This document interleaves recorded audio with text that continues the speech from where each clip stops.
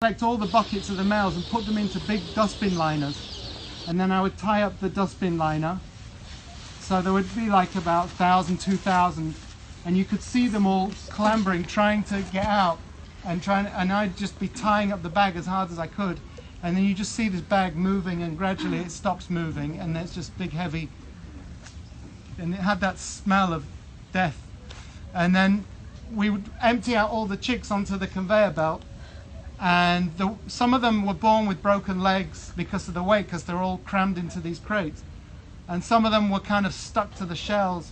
So we didn't peel them off from the boxes, we just threw them in with all the shells.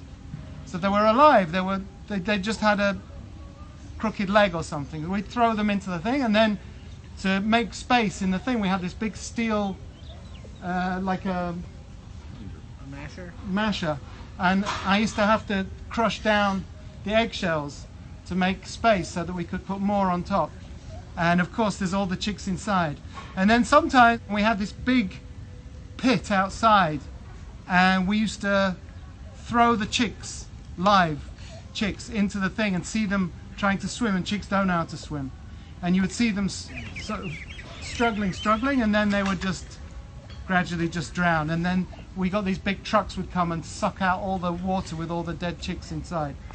So people were really bored, because you get into the, I used to call it, sorry if it offends anybody, but the concentration camp guard mentality, where you stop seeing the individuals and you start to actually hate them because they make a noise and they flutter around.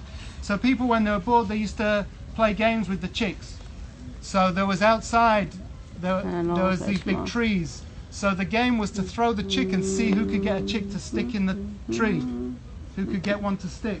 And you know, obviously most of them would just miss and fall to their deaths. And every so often, someone would get, one of the chicks would get stuck in the tree, and everyone thought that was great fun.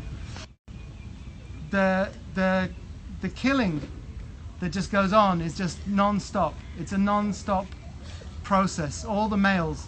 And now they have these grinding machines, so they just put them through and it grinds them up in seconds into nothing, and then that just gets thrown out. Not all of them. Some survive mangled. Yeah. So that's the industry.